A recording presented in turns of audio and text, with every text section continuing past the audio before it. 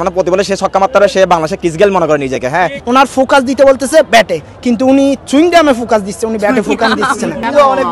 আসলে খেলা দেখলাম, আসলে বাংলাদেশ আমার মতে কখনো বড় দল হতে পারবে না, কারণ ওরা হচ্ছে বিগ ম্যাচের প্রেশার নিতে পারে না, আর হচ্ছে ওরা রেসপন্সিবিলিটি নিয়ে খেলে না, ওরা হচ্ছে আসে ওরা নিজেদের জন্য খেলে, কখনো দলের জন্য মানে দলের জন্য জিতার জন্য খেলে না।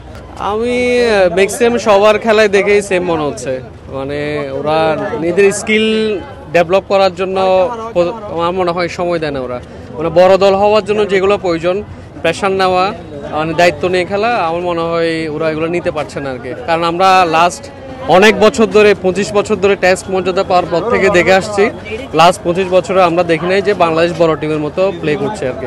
স্কিল বাড়াতে হবে, প্রেশার নিতে হবে, প্রেশার নিতে জানতে হবে, আর আপনার দলের জন্য খেলতে হবে। মানে লম্বা স্কোর কিভাবে লম্বা করা যায়, আপনি যে 50 করলাম আমি জাস্ট আউট হয়ে গেলাম, ওটা তো হলো না, আমাকে ম্যাচটা বের করে নিতে হবে। বাংলাদেশ আসলে বড় ম্যাচগুলোতে ম্যাচ বের করতে পারে না, এবং ক্যাচ মিস, প্রচুর ক্যাচ মিস, আসলে ফিল্ডিং এ উন্নতি করতে হবে। আসছিলাম অনেক আশা ভরসা নিয়ে, কিন্তু বাংলাদেশের খেলা দেখে খুবই মনটা খারাপ হয়ে গেছে, আর নিজের বুক ভরা হতাশ নিয়ে আসছি।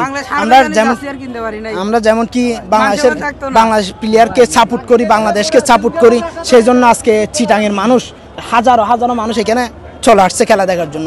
দুইটা অলরেডি ম্যাচ হারিয়ে গেছে, তারপরও এত জনতার ভিড় এখানে খেলা দেখতে আসছে, কিন্তু তারা যে এভাবে হতাশ করবে আমাদেরকে, এটা আসলে আমরা খুবই লজ্জাজনক আমাদের জন্য।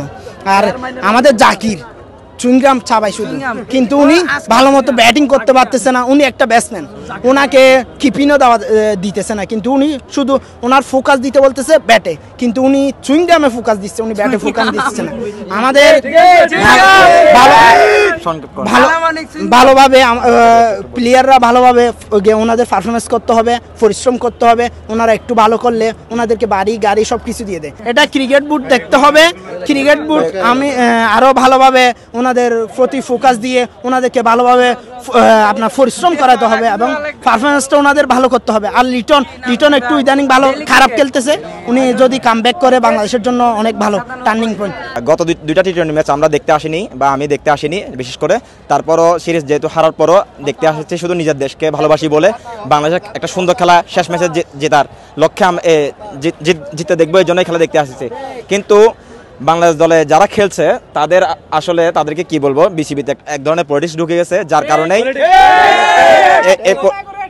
এই পলিটিক্সের কারণেই যারা খারাপ খেলছে, হ্যাঁ, তাদেরকেও বারবার সুযোগ দেওয়া হচ্ছে। আসলে যদি সে ডাক মারে সমস্যা নাই, তার ব্যাটিং স্টাইলটা সুন্দর হতে হবে। যেমন করে জাকিরের ব্যাটিং দেখেন, ওর ব্যাটিং স্টাইলই সুন্দর নাই। ও মনে করেন আসবে অফের বল টেনে লেগে মারবে, ওর একটা অবস্থা হয়ে গেছে। মানে প্রতি বলে সে ছক্কা মারতে সে বাংলাদেশে কিস গেল মনে করে নিজেকে। হ্যাঁ, আর সে যারা মনে করে তাদেরকে বিসিবি এমনিতে তাদেরকে সুযোগ দিবে, এই জন্য তারা বারবারই এরকম পারফরমেন্স করে, তাদেরকে আসলে বসিয়ে দেওয়া দরকার। আর বিসিবিতে বিশেষ করে পলিটিক্সটা বন্ধ করা দরকার। আর সর্বশেষ একটা কথা বলতে চাই, বাংলাদেশের ক্রিকেটের অলরাউন্ডার সাকিব আল হাসানকে আমরা আবার দেশের মাটিতে খেলা দেখতে চাই।